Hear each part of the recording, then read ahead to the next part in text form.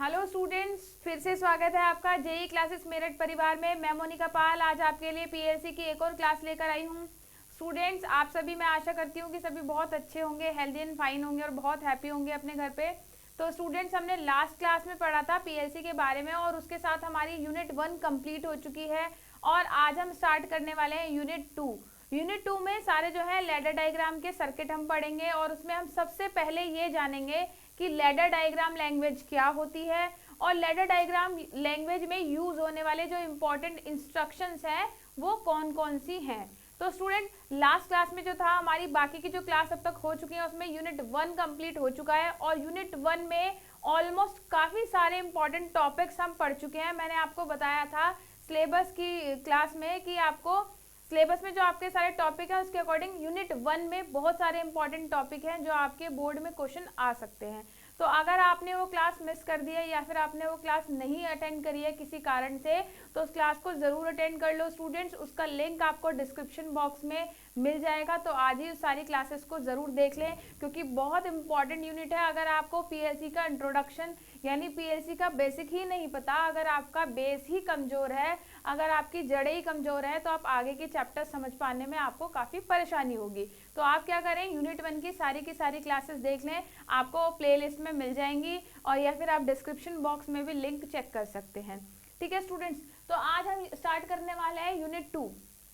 Unit 2 जो है chapter 2 वो लैडर डायग्राम प्रोग्रामिंग के बारे में है, यानी जो हम एलडी प्रोग्रामिंग इसको शॉर्ट में कहते हैं। लैडर डायग्राम प्रोग्रामिंग को एलडी प्रोग्रामिंग शॉर्ट में कहते हैं। एलडी प्रोग्रामिंग के लिए हम क्या करेंगे, आज पढ़ेंगे कि लैडर डायग्राम का ब्रीफ इंट्रोडक्शन हम पढ़ेंगे। पिछली क्लास में स्टूडेंट मैंने आपको बताया था कि पीएलसी को प्रोग्राम करने की कई सारी लैंग्वेज हो सकती हैं, वो सारी लैंग्वेज हम आपको बता चुके थे। उनका थोड़ा थोड़ा इंट्रोडक्शन पिछली क्लास में आपको दिया जा चुका है। क्योंकि पीएलसी की प्रोग्रामिंग के लिए सबसे ज़्यादा जो प्रयोग में लाई जाती है वो है लैडर डायग्राम प्रोग्रामिंग लैंग्वेज। ठीक है, तो लैडर डायग्राम प्रोग्रामिंग लैंग्वेज बहुत ज़्यादा इंपॉर्टेंट है और पीएलसी की प्रोग्रामिंग में ही पीएलसी की प्रोग्रामिंग के लिए सबसे ज़्यादा एलडी प्रोग्रामिंग का यूज़ ही किया जाता है। क्यों किया जाता है, मैंने आपको बताया था, क्योंकि बाकी सारी प्रोग्रामिंग लैंग्वेज के कंपैरिजन में इस एलडी प्रोग्रामिंग के बहुत सारे फ़ायदे हैं। आप देखेंगे कि जो हम सर्किट बनाएंगे, लैडर डायग्राम के सर्किट हम बनाएंगे वो कितने आसान है, समझने में बहुत सिंपल है, बनाना बहुत आसान है। तो हम लैडर डायग्राम को डीपली आज पढ़ेंगे। सबसे पहले हमारा आज का टॉपिक होगा लैडर डायग्राम का बेसिक इंट्रोडक्शन, फिर उसके बाद हम कुछ बेसिक इंस्ट्रक्शन पढ़ेंगे जो हमारे इसमें काम आने वाले हैं। ठीक है, तो हम टॉपिक स्टार्ट करते हैं आज का, जो कि है लैडर डायग्राम प्रोग्रामिंग। तो लैडर डायग्राम में सबसे पहले मैं आपका फिर से स्टार्टिंग से बता रही हूँ कि जो बच्चे नए हैं उनको फिर से समझ में आ जाए। लैडर डायग्राम प्रोग्रामिंग क्या होता है, इसका जो डेवलपमेंट बेसिकली हुआ था, सबसे पहले जो यूज़ की गई थी, ये की गई थी पहले फिजिकल कनेक्शन वाले सर्किट के लिए, यानी जहाँ पर फिजिकल डिवाइसेस का प्रयोग होता था उन सर्किट के लिए बनाया जाता था। सबसे पहले रिले लॉजिक के लिए इसका डेवलपमेंट हुआ, जहाँ पर फिजिकल डिवाइसेस जैसे कि रिले, स्विचेस, पुश बटन, इन सब का प्रयोग होता था।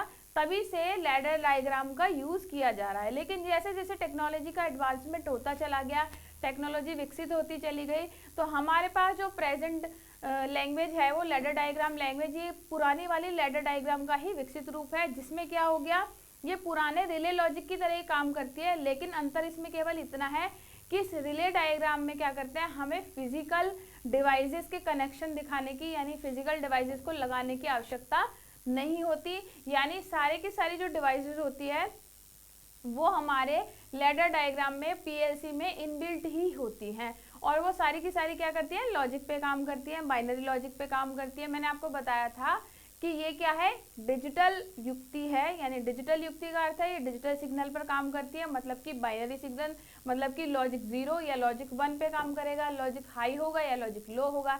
तो ये क्या कहा हमने कि जो पीएलसी है ये रिले लॉजिक का ही एक सुधरा हुआ मॉडिफाइड रूप है और इसमें क्या करते हैं, फिजिकल डिवाइसेस को कनेक्ट करने की आवश्यकता नहीं होती, बल्कि क्या होता है, पीएलसी में जो इंटरनल डिवाइसेस हैं वो ही बाइनरी लॉजिक पर कार्य करती हैं। ठीक है, अब लैडर डायग्राम में जो लैडर डायग्राम का बेसिक स्ट्रक्चर यहाँ पर दिखा रखा है, ये लैडर डायग्राम दिखाया हुआ है। तो मैंने आपको बताया था इसमें क्या होती है, ये सीढ़ी की शेप की होती है, इसमें दो लाइन होती है, दो लाइन होती है। ठीक है, दो वर्टिकल लाइन होती हैं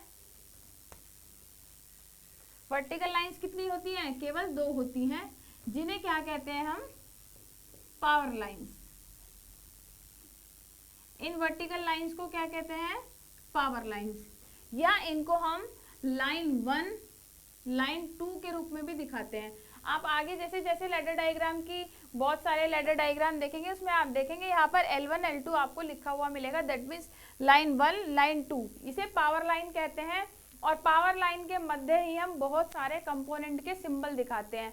अब अलग अलग कंपोनेंट के लिए, अलग अलग डिवाइस के लिए एक विशेष सिंबल होते हैं, जो कि इस इनपुट और आउटपुट के मध्य, यानी इस लाइन 1 और लाइन 2 के बीच में जोड़े जाते हैं। जितने भी हम इनपुट एलिमेंट लगाएंगे, यानी जो भी हमारी इनपुट डिवाइसेस होंगी और जो भी हमारी आउटपुट डिवाइसेस होंगी, सारी की सारी जो कनेक्टेड होंगी बिटवीन दीज 2 लाइन्स होंगी, इन 2 लाइनों के बीच ही होंगी। इन दोनों लाइनों को लाइन 1 लाइन 2 या फिर पावर लाइन्स भी कहते हैं। ठीक है, ये वर्टिकल लाइन्स होती हैं। अब जितने भी इनपुट और आउटपुट हमें एलिमेंट जोड़ने होते हैं, इनपुट और आउटपुट डिवाइसेस को जोड़ना होता है, उनको इन 2 लाइनों के मध्य सिंपल एक रेखा से जोड़ देते हैं। मान लीजिए हमें कोई एक बटन लगाना है, हमें एक स्विच लगाना है, तो हमने स्विच कनेक्ट कर दिया, जो कि क्या है? Normally close, normally open. ये एक नॉर्मली ओपन स्विच का हमने एक और बना दिया सिंबल। और यहाँ पर कोई भी आप एक डिवाइस जोड़ सकते हो, ठीक है, कुछ भी डिवाइस हो सकती है। तो आप देखिए लेफ्ट साइड जो होता है वो इनपुट डिवाइसेस कनेक्ट होती हैं, और इसके राइट साइड जो होता है आउटपुट डिवाइसेस कनेक्ट होती हैं। ठीक है, तो पहली बात क्या है कि इसमें 2 वर्टिकल लाइंस होती हैं जो कि पावर लाइन होती हैं, बेसिकली सप्लाई लाइंस होती हैं जो कि वर्टिकल फॉर्म में होती है, और केवल 2 होती है, इनकी संख्या फिक्स होती है, 2 होती है, लाइन 1 लाइन 2 जो कि पावर लाइन कहलाती है। इन दोनों के बीच में ही हम क्या करते हैं? डिफरेंट इनपुट और आउटपुट डिवाइसेस को हॉरिजेंटली कनेक्ट करते जाते हैं। आप देख रहे हैं हॉरिजेंटल कनेक्शन दिया, ये कोई इनपुट डिवाइस हो गई, ये कोई आउटपुट डिवाइस हो गई, और इनको आपस में एक हॉरिजेंटल लाइन से जोड़ दिया। ये हॉरिजेंटल लाइन में लेफ्ट साइड जो एलिमेंट कनेक्ट होते हैं, बाईं तरफ जो एलिमेंट या डिवाइस कनेक्ट होती है वो होती है इनपुट साइड या इनपुट डिवाइसेस कनेक्ट होती है, और आउटपुट डिवाइसेस को दाईं तरफ यानी कि राइट हैंड की तरफ कनेक्ट किया जाता है। तो आप कह सकते हैं ये जो होती है ये इसकी इनपुट साइड होती है, और ये इसकी आउटपुट साइड है। ठीक है, और ये जो हॉरिजॉन्टल लाइन जा रही होती है इसे हम कहते हैं रंग, RUNG। ठीक है, जो बीच में हॉरिजॉन्टल लाइन है ये क्या कहलाती है? रंग कहलाती है। और किसी लेटर डायग्राम में नंबर ऑफ रंग्स कई सारी हो सकती हैं, कई सारी रंग हो सकती हैं। आप अपनी सर्किट में आवश्यकता अनुसार, यानी आपने अगर बहुत सारे सर्किट बनाना चाहते हो, आप देखते हो ना जो बड़े बड़े सर्किट होते हैं उसमें सब सर्किट भी होते हैं, यानी बड़े सर्किट में और छोटे छोटे सर्किट भी होते हैं। तो बहुत सारे बड़े सर्किट बनाने के लिए हमें कई सारी रंग इसमें ऐड करनी पड़ती है। तो जो हॉरिजॉन्टल लाइन है वो रंग कहलाती है, वर्टिकल लाइन जो होती है ये पावर लाइन कहलाती हैं। इनपुट डिवाइसेस या इनपुट एलिमेंट सारे के सारे लेफ्ट साइड पे कनेक्ट होते हैं, आउटपुट डिवाइसेस या आउटपुट एलिमेंट सारे के सारे राइट साइड पे कनेक्ट होते हैं। यानी हम कह सकते हैं जो लेफ्ट साइड होती है वो इनपुट साइड कहलाती है, और जो राइट साइड होती है वो कहलाती है हमारी आउटपुट साइड। इन इनपुट एलिमेंट को जोड़ने के लिए हम इनको हॉरिजॉन्टल कनेक्शन देते हैं, यानी हॉरिजॉन्टली एक दूसरे से जुड़ी होती है। तो इनपुट एलिमेंट को कनेक्शन देने के लिए जो लाइन होती है हॉरिजॉन्टल लाइन, इसे हम कहते हैं रंग। और ये रंग किसी सर्किट में, किसी लैडर डायग्राम में कई सारी हो सकती हैं, 2 हो सकती हैं, 2 से ज़्यादा भी हो सकती हैं, कई सारी हो सकती हैं आवश्यकता के अनुसार। और उनको हम नाम देते हैं रंग 1, रंग 2, रंग 3, इसी तरह से हम आगे उनको नंबर देते जाते हैं। तो कुल मिला के अगर हम इसका शेप देखें तो जो हमारा लैडर डायग्राम का शेप होता है, ये आप देख रहे हो 2 वर्टिकल लाइन है, और 2 वर्टिकल लाइन के बीच में हमने कनेक्ट करने के लिए क्या दिखाया? एक हॉरिजॉन्टल कनेक्शन दे दिया जो कि क्या कहलाया? रंग 1। इसी तरह से मान लीजिए हमने कोई एक और बना दिया तो रंग 2, इसमें कुछ एलिमेंट लगे होंगे यहाँ यहाँ यहाँ, ठीक है। फिर तीसरी रंग भी बना दी रंग 3। तो आप देख रहे हो ये हो गई लाइन 1 यानी L1, ये हो गई लाइन 2 यानी L2, और ये सब जो लेफ्ट साइड में लगे हैं ये इनपुट डिवाइसेस, और राइट साइड में जो लगे हैं वो आउटपुट डिवाइसेस। और इस छोटे से डायग्राम में मैंने एक रफली बनाया है, तो इसमें 3 रंग लगे हुए हैं, रंग 1 2 3। तो अगर हम इसको ध्यान से देखें, जो इसकी हॉरिजॉन्टल और वर्टिकल लाइन है ये कुछ सीढ़ी नुमा शेप की है,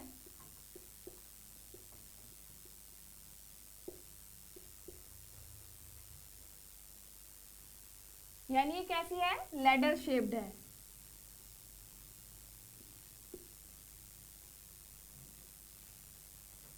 लैडर शेप्ड है, ये सीढ़ी की शेप में है, इसीलिए इस प्रकार की प्रोग्रामिंग लैंग्वेज को हम कहते हैं लैडर डायग्राम लैंग्वेज। तो स्टूडेंट्स ये हमारा लैडर डायग्राम का एक बेसिक सा इंट्रोडक्शन था, जो मैंने आपको पहले भी बताया था, और दोबारा एक बार हमारा रिवीजन भी हो गया, और जिनके कॉन्सेप्ट क्लियर नहीं थे उनके कॉन्सेप्ट और अच्छे से क्लियर हो गए होंगे। स्टूडेंट देखिए, आप सभी को जेईई क्लासेस मेरठ परिवार की तरफ से इतनी अच्छी अपॉर्चुनिटी मिल रही है कि आप सभी को free of cost semester classes उपलब्ध कराई जा रही हैं। आप सभी को ये जानकारी पता भी होगी, तो आप सब क्या करें, अगर चाहते हैं कि इस तरीके से रेगुलर क्लासेस आप मिलती रहें, रेगुलर क्लास ज्वाइन करना चाहते हैं, तो हमारे चैनल को आप सब्सक्राइब कर लें, ताकि आपको इसी प्रकार की रेगुलर क्लासेस मिलती रहे। और अगर आपको आज की क्लास बहुत अच्छी लगती है बच्चों, तो क्लास को लाइक करना ना भूलें हमारी वीडियो को, और ज़्यादा से ज़्यादा अपने फ्रेंड्स को, क्लासमेट्स को, सभी को ये वीडियो शेयर भी करें, उन तक भी ये जानकारी पहुंचाएं, क्योंकि आपको पता है पीएलसी जो सब्जेक्ट है काफ़ी इंपॉर्टेंट सब्जेक्ट है ना, और बहुत इंपॉर्टेंट है, आगे तक काम आने वाला है। कंपटीशन में भी इसके क्वेश्चन पूछे जाते हैं, यूपीपीसीएल जेईई और एसएससी जेईई में भी इसके क्वेश्चन काफ़ी पूछे जाने वाले हैं। तो बहुत इंपॉर्टेंट सब्जेक्ट है हमारे सेमेस्टर पॉइंट ऑफ व्यू से भी, और अगर हम देखें हमारा जो एग्जामिनेशन है, जितने भी कंपटीशन, उनके पॉइंट ऑफ व्यू से भी बहुत ही इंपॉर्टेंट सब्जेक्ट है। तो आप क्या करें बच्चों, ज़्यादा से ज़्यादा ये जानकारी शेयर करें, ताकि सबको इसका फ़ायदा हो और आप लोगों को बहुत सारा पुण्य मिल जाए। ठीक है, तो चलिए लैडर डायग्राम को और डीपली समझने के लिए एक छोटा सा एग्जाम्पल लिया। अब देखिए, मान लीजिए कि इंडस्ट्री में कोई एक मोटर है, ठीक है, और आपने देखा है मोस्टली जो मोटर, या कई जगह आपने पुश बटन देखे होंगे। पुश बटन क्या होता है, आप पुश बटन कुछ इस शेप का होता है, मैं बना दूं यहाँ पर, दूसरा पेन जरा मैं ले लेती हूँ ताकि आपको देखने में आसानी हो।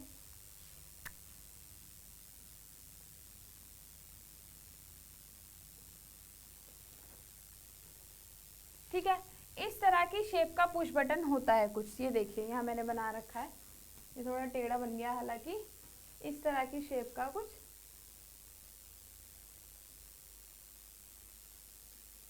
PB means push button. ठीक है, तो किसी सर्किट में हालांकि हम कई सारे पुश बटन लगा सकते हैं, PB1, PB2, PB3।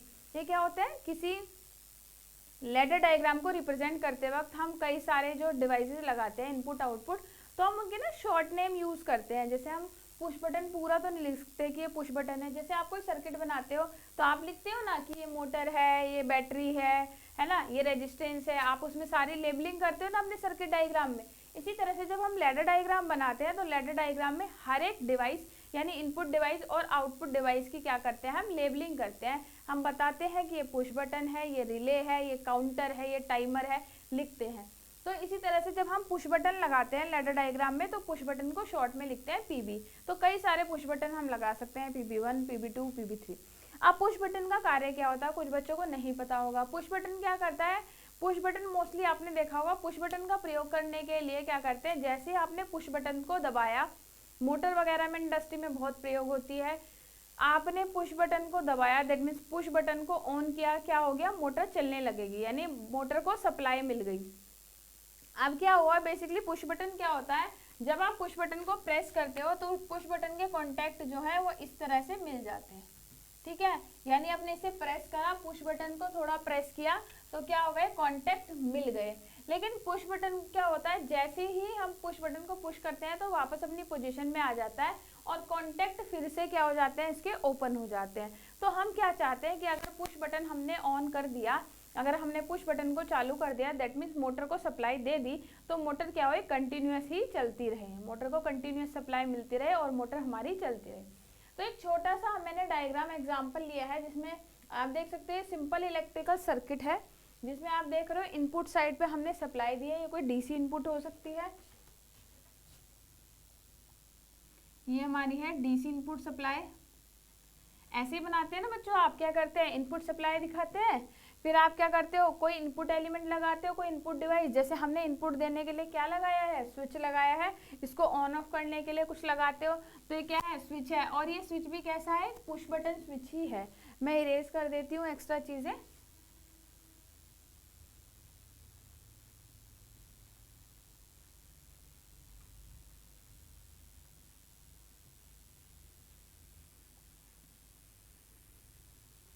स्टूडेंट्स, अगली जो हमारी क्लासेस आने वाली हैं पीएलसी में प्रोग्रामिंग के बारे में हम आज डिस्कस कर लेंगे। जितनी भी प्रोग्रामिंग के बारे में बात होगी और सारी इंस्ट्रक्शन के बारे में भी हम बात करेंगे। लेकिन बच्चों, आने वाली जो क्लासेस होंगी वो बहुत इंपॉर्टेंट है, क्योंकि कई सारे एप्लीकेशंस इसके पूछे जाएंगे। जैसे मान लीजिए क्वेश्चन पूछा जा सकता है कि हम ट्रैफिक लाइट कंट्रोल के लिए एक लैडर डायग्राम बनाइए, या कार पार्किंग सिस्टम के लिए एक लैडर डायग्राम बनाइए। तो आप लैडर डायग्राम तभी बना सकते हैं जब आपको लैडर डायग्राम का कॉन्सेप्ट बहुत अच्छे से क्लियर हो और लैडर डायग्राम की इंस्ट्रक्शन बहुत अच्छे से पता हो।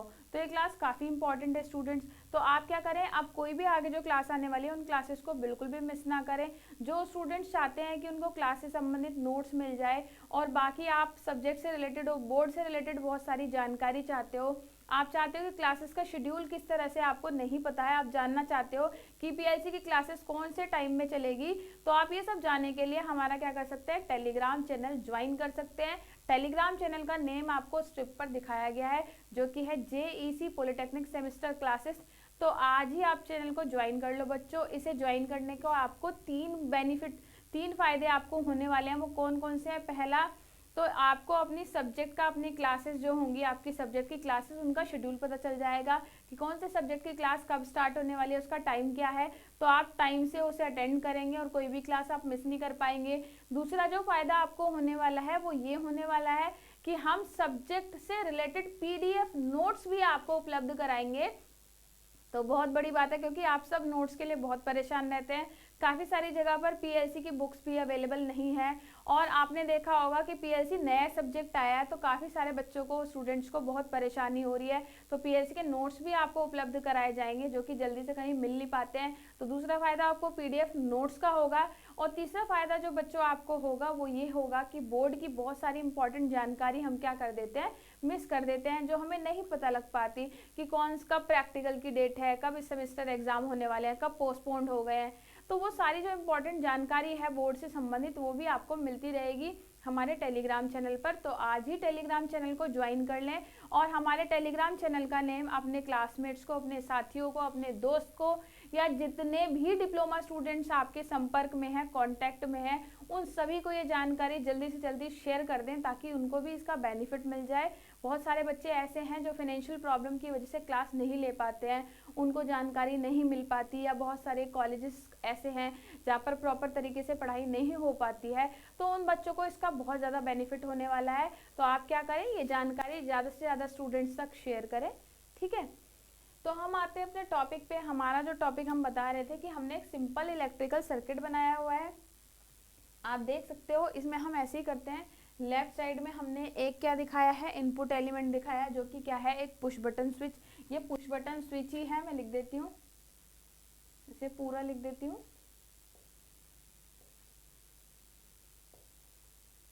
ठीक है। एक पुश बटन स्विच लगा है, और आउटपुट पे क्या कनेक्ट है, इलेक्ट्रिकल मोटर कनेक्ट है। यानी मोटर को कंट्रोल करने के लिए, यानी आउटपुट को कंट्रोल करने के लिए हमने क्या लगाया, स्विच लगाया। दैट मीन्स आउटपुट को कंट्रोल करने के लिए आप क्या लगाते हो, कोई इनपुट डिवाइस लगाते हो। आउटपुट डिवाइसेस जो होती हैं, आउटपुट मशीन, उनको कंट्रोल करने के लिए आप इनपुट डिवाइस का प्रयोग करते हो। तो सिमिलरली इन दिस केस हमने क्या करा, इलेक्ट्रिकल मोटर को कंट्रोल करने के लिए, दैट मीन्स उसके ऑन ऑफ को कंट्रोल करने के लिए हमने क्या लगाया है, एक स्विच लगाया है, जो कि हमारा पुश बटन टाइप, ठीक है। तो आप देख रहे हो लेफ्ट साइड में हमारा क्या हो गया, इनपुट हो गया, यानी स्विच हो गया, इनपुट डिवाइस हो गई। और राइट साइड में क्या लगाया हमने, आउटपुट डिवाइस लगाया, जो कि क्या है, हमारा इलेक्ट्रिकल मोटर। तो इसी तरह से हमने एक सिंपल सा सर्किट बना दिया।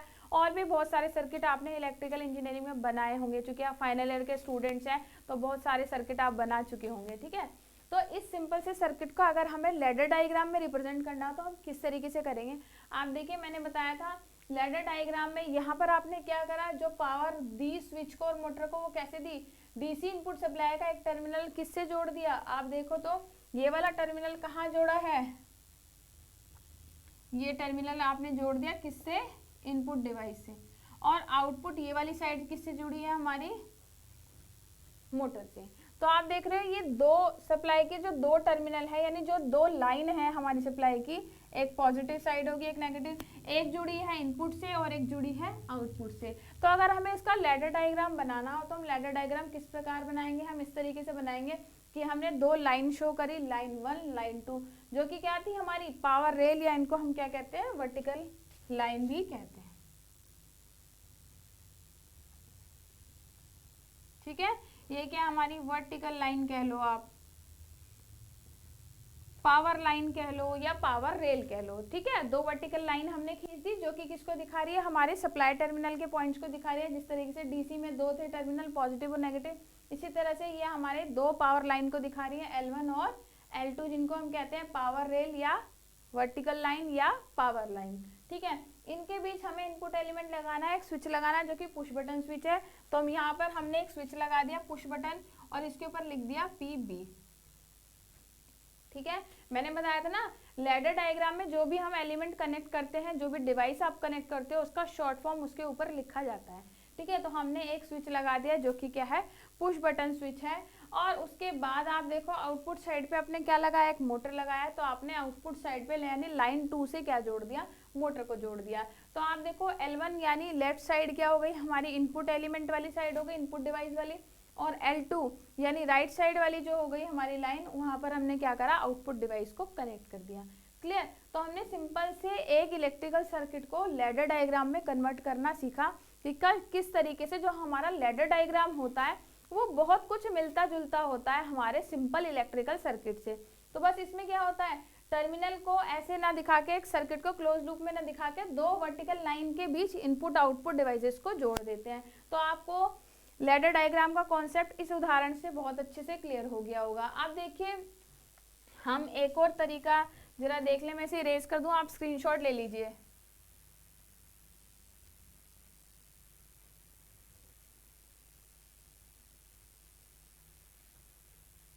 मैं इसे इरेज करने वाली हूँ फिर। ठीक है, स्क्रीनशॉट ले लीजिए बच्चे, और रेगुलर क्लास आप लो, एक भी क्लास आपको मिस नहीं करनी है बिल्कुल भी। ठीक है, चलिए मैं इसे मिटा देती हूँ।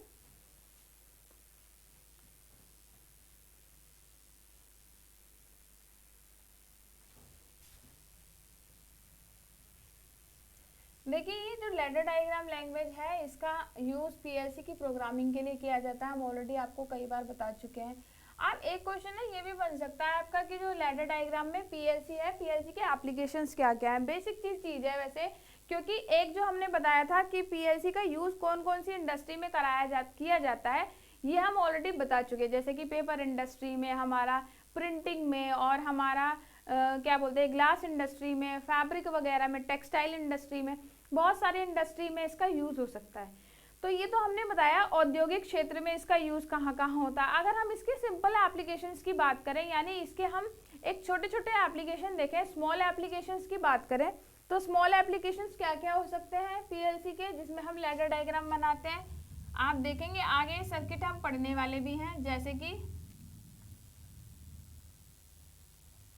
Traffic light signal. ठीक है, यानी ट्रैफिक लाइट जो होती है ना, आपने देखा होगा कि आपने मोस्टली जो देखे होंगे ट्रैफिक लाइट्स कई तरह की हो सकती है, ऑटोमेटिक भी हो सकती है और टाइम बेस्ड भी हो सकती है। अभी इस पर बात करेंगे जरा, मैं इसके कुछ और एप्लीकेशन लिख दूं। और क्या हो सकता है, ऑटोमेटिक कार वॉश। कुछ जगह यूट्यूब पे आपने देखा होगा ऑटोमेटिक कार वॉश स्टेशन होते हैं, यानी मैनुअल वॉशिंग नहीं होती। क्या करते हैं, जो कार होती है एक चैनल के थ्रू पास होती है और क्या होती है, कार ऑटोमेटिक वॉश होती है। यूट्यूब पर आप इस तरह की कुछ वीडियो दे सकते हैं। और आप इसको ज़्यादा ध्यान से मैं आपको इसलिए भी बता रही हूँ, ये एप्लीकेशन जो है ये अगले चैप्टर में तो हम पढ़ेंगे इसके, सॉरी इस चैप्टर में तो हम पढ़ेंगे इसके लैडर डायग्राम बनाना, लेकिन इनमें से कुछ बहुत सारे आइडियाज़ आपके फाइनल ईयर के प्रोजेक्ट के लिए भी काम आ सकते हैं। आप अगर प्रोजेक्ट बनाने वाले हैं फाइनल ईयर में, आपका प्रोजेक्ट बहुत इंपॉर्टेंट एस्पेक्ट होता है फाइनल ईयर के बच्चों के लिए, क्योंकि एक तो जितना आपने सब्जेक्टिव नॉलेज गेन कर लिया, उसे इम्प्लीमेंट करने का एक आपको प्लेटफॉर्म मिल जाता है। आपको जितनी नॉलेज आ गई है टेक्निकल, उसको आप इम्प्लीमेंट कर सकते हैं प्रोजेक्ट के थ्रू, अपनी इनोवेशन को दिखा सकते हैं। और साथ ही साथ अगर हम अकेडमिक के पॉइंट ऑफ व्यू से देखें तो बहुत इंपॉर्टेंट है ही, क्योंकि 100 मार्क्स प्रोजेक्ट के हमारे होते हैं, तो बहुत इंपॉर्टेंट है ये। तो अगर हम देखें हमारे एक स्किल्स के रूप में, यानी अगर हम देखें हम सीखने के लिए नई चीज़ों, तो भी बहुत अच्छा है, और एकेडमिक के पॉइंट ऑफ व्यू से, मार्क्स के पॉइंट ऑफ व्यू से भी बहुत इंपॉर्टेंट है। तो मैं आपको ये जो एप्लीकेशन दिखा रही हूँ, लिख रही हूँ, ये एप्लीकेशन एग्जाम में भी पूछ सकता है कि जो पीएलसी के एप्लीकेशन है, लैडर डायग्राम जो हम बनाते हैं उसके मुख्य सर्किट, इसको दो तरह से आप समझ सकते हो। पहला तो ये कि पीएलसी के एप्लीकेशन कौन कौन से हैं, यानी पीएलसी का अनुप्रयोग कहाँ कहाँ, छोटे एप्लीकेशंस के, स्मॉल एप्लीकेशंस की बात हो रही है। इंडस्ट्री में तो हम बता ही चुके हैं आपको स्मॉल एप्लीकेशंस इसके कहाँ कहाँ हो सकते हैं वो, या आप कह लो कि जो आगे हम लैडर डायग्राम पढ़ने वाले हैं उसमें इसका यूज आप देखेंगे। ठीक है, तो मैं एक पहला हमने लिख दिया ट्रैफिक लाइट सिग्नल के लिए, दूसरा ऑटोमेटिक कार वॉश के लिए, और जितने भी लिफ्ट और एलिवेटर्स होते हैं, लिफ्ट और एलिवेटर्स, लिफ्ट में आप सभी बैठे ही होंगे, आपने देखा होगा, मॉल वगैरह गए होंगे तो लिफ्ट वगैरह का प्रयोग आपने किया होगा। एलिवेटर आपने देखे होंगे, जो स्वचालित सीढ़ियाँ होती हैं। अधिकतर अगर हम बात करें, जितने भी भार उठाने वाले यंत्र होते हैं जो ऑटोमेटिक ऑपरेट होते हैं, ठीक है, वो एलिवेटर और लिफ्ट इसमें आते हैं। ठीक है, और क्या आता है हमारा, ऑटोमेटिक डोर,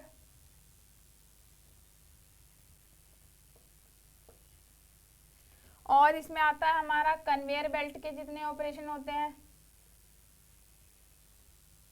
कन्वेयर बेल्ट क्या होती है, इंडस्ट्री में अगर आपने विजिट करी हो तो आपने देखा होगा, कन्वेयर बेल्ट यानी एक पट्टा टाइप जा रहा होता है ना, और उस पट्टे पे क्या होते हैं, ऑब्जेक्ट जो होते हैं कन्वेयर बेल्ट पे जाते हैं। ठीक है, जैसे मान लीजिए आपने कोई प्रोडक्शन इंडस्ट्री देखी हो, मैन्युफैक्चरिंग इंडस्ट्री देखी हो, जहाँ छोटे छोटे कोई पार्ट प्रोड्यूस हो रहे हैं, तो कन्वेयर बेल्ट के थ्रू वो प्रोडक्ट या जो भी हमें सामान ले जाना होता है, कन्वेयर बेल्ट के थ्रू एक जगह से दूसरी जगह जाता है।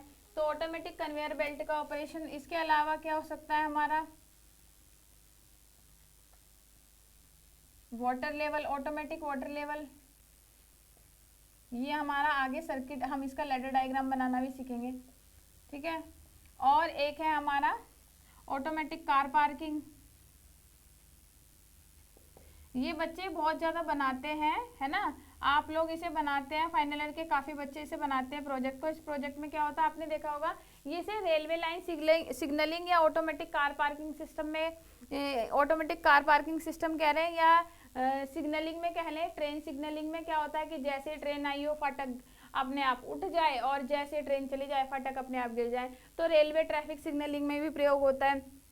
ऑटोमेटिक कार पार्किंग में कि कार क्या हो जाए, जैसे ही जाए अपने आप बैरियर हट जाए, कार पार्क हो जाए। तो ऑटोमेटिक कार पार्किंग में, बॉटलिंग प्लांट में,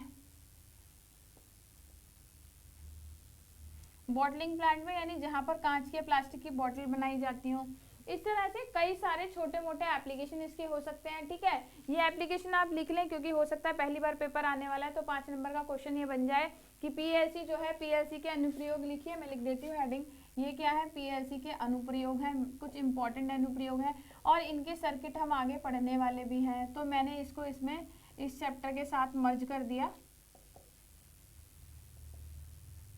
ठीक है, इसका स्क्रीनशॉट भी आप ले लें।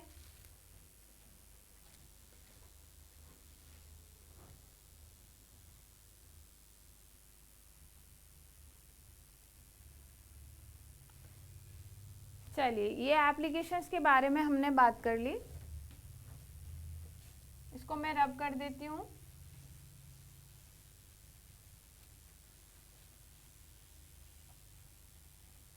देखिए, ये जो हम अभी पीएलसी के बारे में बात कर रहे थे, हमने एक सिंपल इलेक्ट्रिकल सर्किट बनाया और फिर उससे उसका पीएलसी डायग्राम बनाया।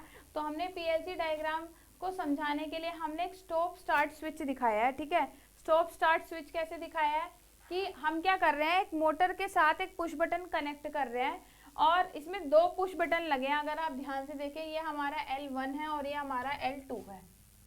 ठीक है, इसको मैं बड़ा सा बना देती हूँ, ये L1 है और ये L2 है, और एक स्विच यहाँ पे लगा है जो कि है हमारा नंबर 2, आप कुछ भी नाम इसको दे सकते हैं।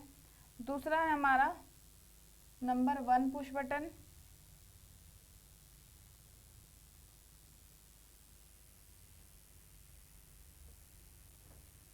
ठीक है, और यहाँ पे हमारी लगी है ये मोटर। ठीक है, तो आप देखो लाइन 1 लाइन 2 ये क्या है, स्टार्ट स्टॉप स्टार्ट बटन है।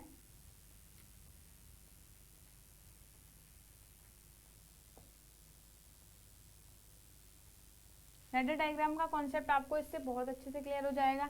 देखिए हम क्या चाह रहे हैं, मोटर चाह रहे हैं, और हम चाहते हैं कि मोटर को अगर हम पुश बटन से ऑन करें तो मोटर हमारी क्या हो जाए, ऑन हो जाए, और ऑन ही बनी रहे जब तक कि हम दूसरे पुश बटन से उसे ऑफ ना कर दें, या हम इस तरह का अरेंजमेंट ना करें कि अगर हमने ऑन कर दिया तो मोटर ऑन ही रहे, यानी मोटर को रेगुलर सप्लाई मिलती रहे जब तक कि अनटिल अनलेस हम उसे क्या ना कर दे, ऑफ ना कर दे।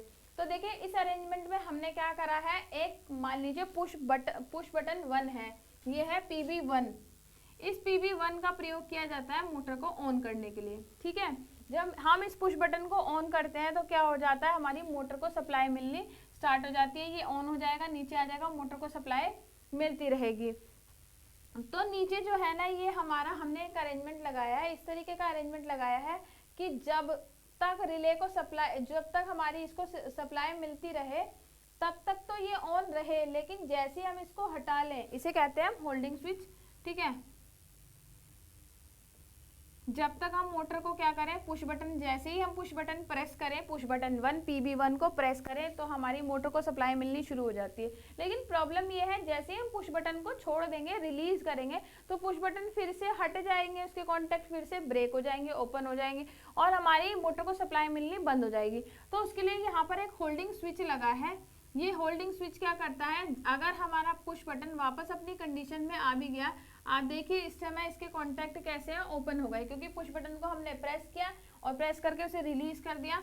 तो इस समय क्या होगा, होल्डिंग स्विच कहाँ आ जाएगा, ऑन पोजीशन में आ जाएगा, यानी इसके कॉन्टैक्ट मिल जाएंगे। होल्डिंग स्विच का काम होता है कि अगर उसे थोड़ी देर के लिए जब करंट फ्लो उसमें होती है तो वो ऑन पोजीशन में रहेगा, और वो तब तक उस सिचुएशन को होल्ड करके रखेगा, यानी जो भी इसकी सिचुएशन है, ऑन है तो ऑन ही रहेगा, ऑफ है तो ऑफ ही रहेगा, जब तक कि उसे दोबारा सप्लाई देकर इंस्ट्रक्शन ना दी जाए। तो यहाँ पर क्या हुआ, जैसे ही पुश बटन 1 प्रेस किया तो जो हमारा होल्डिंग स्विच था वो क्या हो गया, ऑन हो गया। अब अगर हम पुश बटन को रिलीज भी कर देते हैं, वापस छोड़ देते हैं, तो पुश बटन तो अपनी पुरानी अवस्था में आ जाता है, नहीं पुश बटन तो ऑन से क्या हो जाता है, ऑफ हो जाता है। लेकिन होल्डिंग स्विच के ऑन हो जाने के कारण क्या होती है, हमें सप्लाई मिलने लगती है।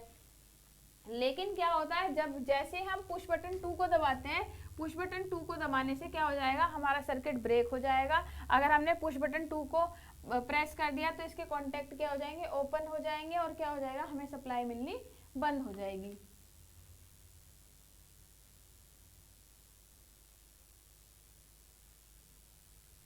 ठीक है, तो नॉर्मल कंडीशन में क्या हुआ, अगर हम बात करें नॉर्मल स्टेट में क्या होगा, पुश बटन 1 जो होगा वो ओपन होगा और पुश बटन 2 क्लोज होगा। ठीक है, नॉर्मल कंडीशन में पुश बटन 1 क्या होगा, ओपन होगा, और पुश बटन 2 क्या होगा, हमारा क्लोज होगा। ठीक है, तो पुश बटन 1 जो होगा वो ओपन कंडीशन में होगा नॉर्मल सिचुएशन में, और पुश बटन 2 क्या होगा, क्लोज में होगा। जैसे ही पुश बटन 1 को हम प्रेस करेंगे, इस वाले 1 बटन को हम प्रेस करेंगे तो क्या होगा, मोटर का सर्किट जो है कंप्लीट हो जाएगा और मोटर स्टार्ट हो जाएगी।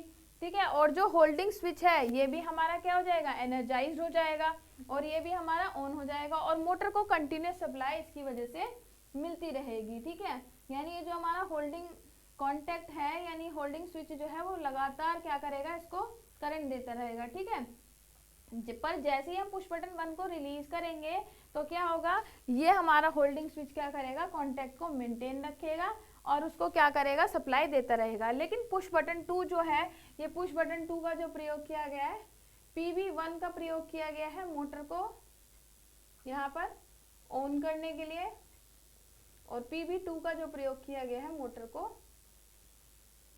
ऑफ करने के लिए। इसीलिए हमने इस स्विच को क्या कहा, स्टॉप स्टार्ट स्विच, यानी यहाँ एक स्टॉप ऑपरेशन परफॉर्म कर रहा है मोटर को स्टॉप करने के लिए, और दूसरा मोटर को स्टार्ट करने के लिए ऑपरेशन परफॉर्म कर रहा है। तो जैसे ही हम क्या करेंगे, पुश बटन 1 को दबाते हैं नॉर्मल कंडीशन में, तो क्या होता है, हमारा ये होल्डिंग स्विच भी ऑन हो जाता है, एनर्जाइज हो जाता है, और मोटर को कंटिन्यूस सप्लाई मिलती रहती है। अगर हम पुश बटन को अब रिलीज भी कर दें, पुश बटन 1 को, अब क्या होता है अगर हमें मोटर को ऑफ करना हो तो उस कंडीशन में क्या करेंगे, इस पुश बटन 2 को प्रेस करेंगे। पुश बटन 2 को प्रेस करने पे इसके कॉन्टैक्ट ओपन हो जाएंगे और क्या करेगा, मोटर को सप्लाई मिलनी बंद हो जाएगी, यानी मोटर का स्टॉप ऑपरेशन कंट्रोल कर लिया और मोटर का स्टार्ट ऑपरेशन भी हमने कंप्लीट कर लिया। तो इस तरीके से हम बहुत छोटे छोटे से लेके बड़े बड़े एप्लीकेशंस तक के लिए हम लैडर डायग्राम बना सकते हैं। ठीक है, तो लैडर डायग्राम जो होता है, लैडर डायग्राम की जो प्रोग्रामिंग होती है उसमें बहुत बेसिक इंस्ट्रक्शंस जो प्रयोग होती हैं, बेसिक जो इंस्ट्रक्शंस का समूह है वो कुछ इस तरीके से यहाँ पर लिखा हुआ है, आप देख सकते हैं।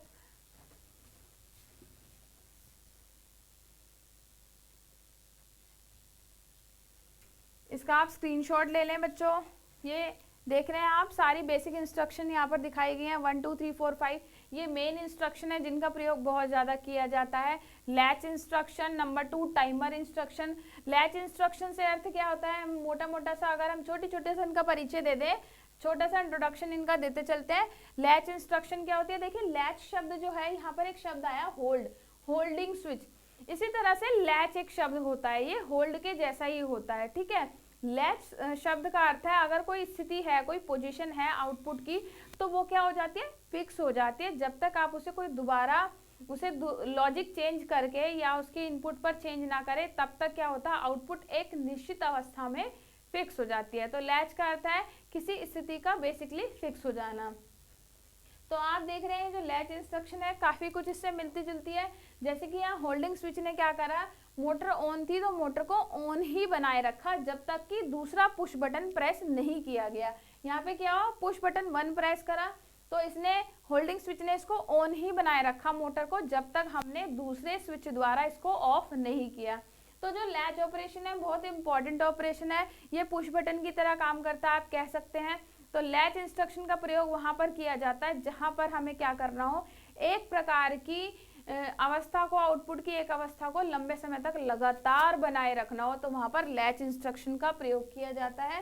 ठीक है, तो लैच इंस्ट्रक्शन बहुत इंपॉर्टेंट इंपॉर्टेंट इंस्ट्रक्शन हमारी है। ठीक है, दूसरी जो है हमारी, दूसरी प्रकार की है हमारी टाइमर इंस्ट्रक्शन। ठीक है, टाइमर इंस्ट्रक्शन भी काफी इंपॉर्टेंट है। जैसे हम यहाँ बात कर रहे थे, हमने कुछ एप्लीकेशन लिखे थे, जैसे लिखा था ट्रैफिक लाइट की मैं बात करी थी, वो टॉपिक थोड़ा हमारा मिस हो गया। तो ट्रैफिक लाइट कंट्रोल सिग्नल में आपने देखा होगा, ट्रैफिक लाइट का जो सिस्टम आपने देखा होगा 2 तरह का हो सकता है, ऑटोमेटिक हो सकता है और टाइम बेस्ड भी हो सकता है। टाइम बेस्ड कैसे हो सकता है, टाइम बेस्ड आपने देखा होगा नॉर्मली जहां आसपास के एरिया में आप जाते होगे तो red light automatic he on होती है और कुछ समय बाद ग्रीन लाइट अपने आप ही ऑटोमेटिक ऑन हो जाती है। तो जो हम मोस्टली जो हमारे आसपास ट्रैफिक लाइट्स लगी होती हैं वो सब क्या होती हैं, टाइम बेस्ड होती हैं, टाइमर पर आधारित होती हैं। तो टाइमर क्या होता है, टाइमर एक प्रकार की युक्ति होती है जो एक निश्चित समय बाद ऑन या ऑफ होता है। ठीक है, यानी वो समय पर आधारित एक युक्ति होती है जो कि समय का निर्धारण करती है। तो हमारे ट्रैफिक लाइट में जो रेड, ग्रीन, येलो जो लाइट्स होती हैं वो समय पर बेस्ड होती हैं कि मान लीजिए इतने सेकंड बाद रेड लाइट ऑन हो जाएगी और इतने सेकंड बाद ग्रीन लाइट ऑटोमेटिक ऑन हो जाएगी। तो इस तरह से कई सारे, बहुत सारे, अगर हम बात करें, बहुत सारे ऑपरेशन जो होते हैं वो समय आधारित होते हैं, टाइम बेस्ड होते हैं। तो वहां पर टाइमर का महत्व बहुत ज्यादा होता है। टाइमर जो होता है 2 प्रकार का हो सकता है, एक हमारा ऑन टाइम, दूसरा ऑफ टाइम।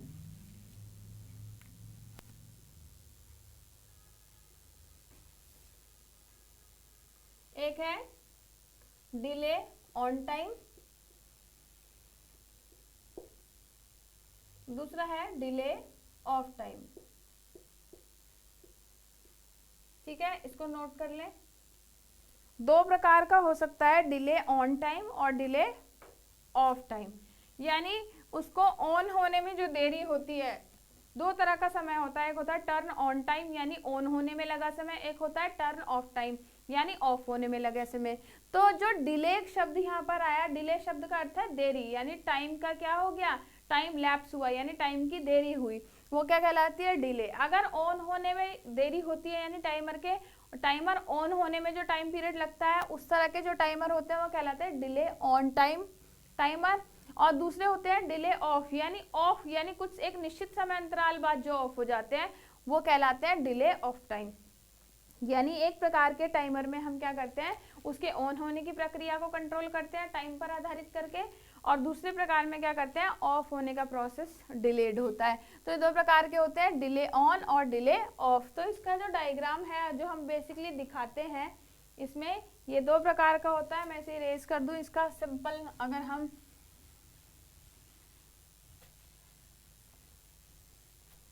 तो जो डिले ऑन टाइम होता है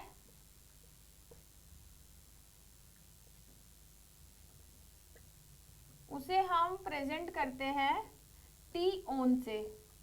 आप कई जगह सर्किट देखोगे, लैडर डायग्राम देखोगे जहां पर क्या होगा, ये बना हुआ होगा, ठीक है, और वहां पर इसे दिखा रखा होगा हमारा टी ऑन से या टी ऑफ से, ठीक है। तो जो डिले ऑन टाइम है वो हमारा बना होता है टी ऑन से, और इसका जो हम सिंबल बनाते हैं वो बनाते हैं बॉक्स की शेप में दिखाते हैं, ठीक है। वो किस तरीके से दिखाएंगे, मैं यहाँ पर बना रही हूँ।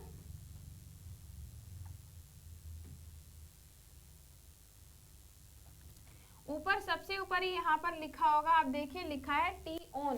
टी ऑन का मतलब है कौन सा है, कौन सा है, delay on time, delay on timer, ठीक है, डिले ऑन टाइमर या ऑन डिले टाइमर भी इसे कहते हैं, ठीक है,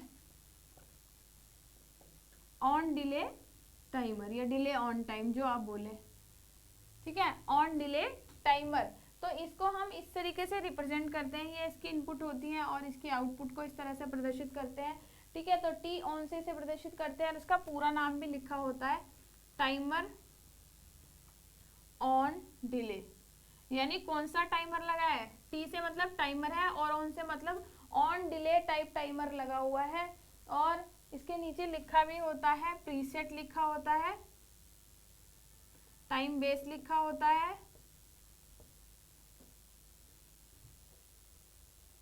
और एक्यूमुलेटर, ठीक है। इस तरीके से हम टी ऑन को यानी टाइमर ऑन डिले को दिखाते हैं। इसी प्रकार दूसरा जो होता है हमारा डिले ऑफ टाइमर, यह इसका नाम होता है, इसको हम प्रदर्शित करते हैं टी ऑफ से, और इसका नाम हम लिख सकते हैं ऑफ डिले टाइम, ठीक है। तो इसको इस तरीके से दिखाते हैं हम, यहाँ पे लिखा होता है टी ऑफ, बिल्कुल सेम ही होगा ये, यहाँ पे लिखा होता है timer of delay time base preset accumulator. In instruction के बारे में डिटेल में आगे हम पढ़ते जाएंगे अभी, ठीक है। और आगे जानते हैं क्या होता है। दूसरी होती है हमारी काउंटर इंस्ट्रक्शन। काउंटर भी दो प्रकार का होता है, एक होता है अप काउंटर, यहीं पे लिख देते हैं, एक होता है अप काउंटर और दूसरा होता है हमारा डाउन काउंटर,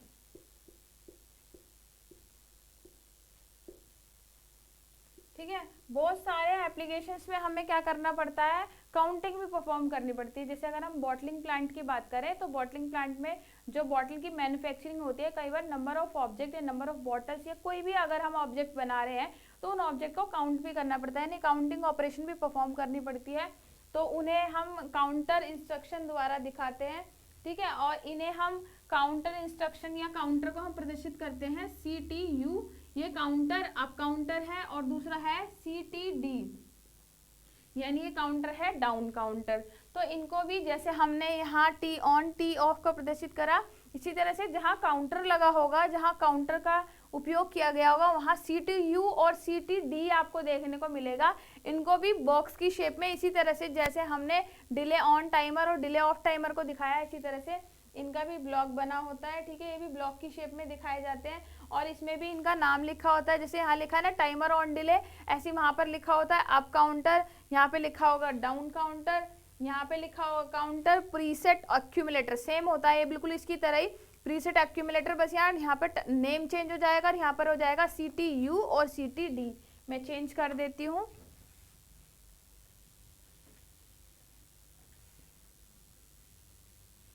ये हमारा हो जाएगा CTU और ये हो जाएगा CTD। इस तरीके से दिखा सकते हैं। और यहाँ पे लिखा होता है अप काउंटर और यहाँ पर लिखा होगा हमारा डाउन काउंटर, ठीक है, इसको नोट कर लें आप।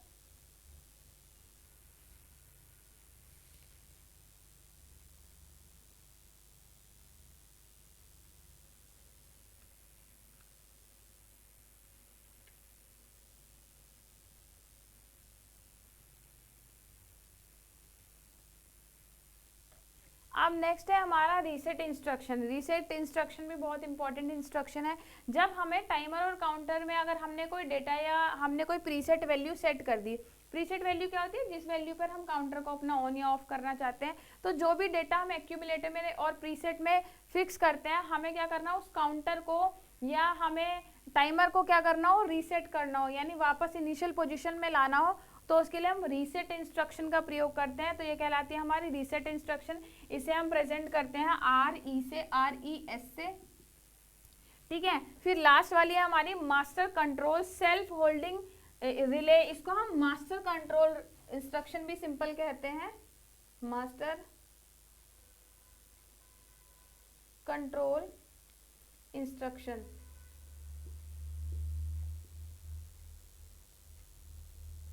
अब ये मास्टर कंट्रोल इंस्ट्रक्शन क्या होती है, कई जगह हम क्या करते हैं, आउटपुट पे बहुत सारी डिवाइसेस को कनेक्ट करते हैं। ठीक है, बहुत सारी आउटपुट डिवाइसेस हो सकती हैं, बहुत सारे आउटपुट पे सर्किट कनेक्ट हो सकते हैं, आउटपुट पे बहुत सारी कुछ एलिमेंट या डिवाइस का प्रयोग किया जाता है। तो कई बार क्या होता है, हमें कुछ इस तरीके की स्थिति पैदा होती है, इस तरीके की कंडीशन आती है कि हमें सारे की सारी आउटपुट डिवाइसेस को एक बार में ऑफ करना हो या ऑन करना हो, या सारी की सारी आउटपुट डिवाइसेस को क्या करना हो, कंट्रोल करना हो, या जो भी इनपुट आउटपुट डिवाइस लगानी है उनको कंट्रोल करना हो। तो उनको सेट या रीसेट करने के लिए, सेट का अर्थ होता है उसमें कोई डेटा एक्यूमुलेटर में डालना, और रीसेट करना यानी सारा डेटा को डिलीट कर देना, इरेज कर देना। तो सेट करना मतलब उसे रेडी करना, और रीसेट मतलब सारी चीज़ों को क्लियर कर देना। तो मास्टर कंट्रोल इंस्ट्रक्शन जो होती है वो सारी आउटपुट डिवाइसेस को एक साथ ही एक बार में सेट या रीसेट कर सकती है। तो ये दो प्रकार की होती है। इसी तरह से MCS यानी मास्टर कंट्रोल सेट, और दूसरी होती है MCR यानी मास्टर कंट्रोल रीसेट। ठीक है, तो कुल मिला के हमने देखा हमारी 5 तरह की इंपॉर्टेंट बेसिक जो प्रोग्रामिंग इंस्ट्रक्शन होती है लैडर डायग्राम में जो यूज होती है। तो स्टूडेंट्स, हमारा आज की जो क्लास है, हमारा आज का जो टॉपिक है, बस यहीं पे खत्म होता है। अगली क्लास में हम आपसे मिलेंगे, अगली क्लास में हम इन इंस्ट्रक्शन के बारे में और डिटेल से जानेंगे। ठीक है, तो अगली क्लास बिल्कुल भी मिस ना करें। आपसे मिलते हैं अगली क्लास में। Thank you so much. जय हिंद, जय भारत।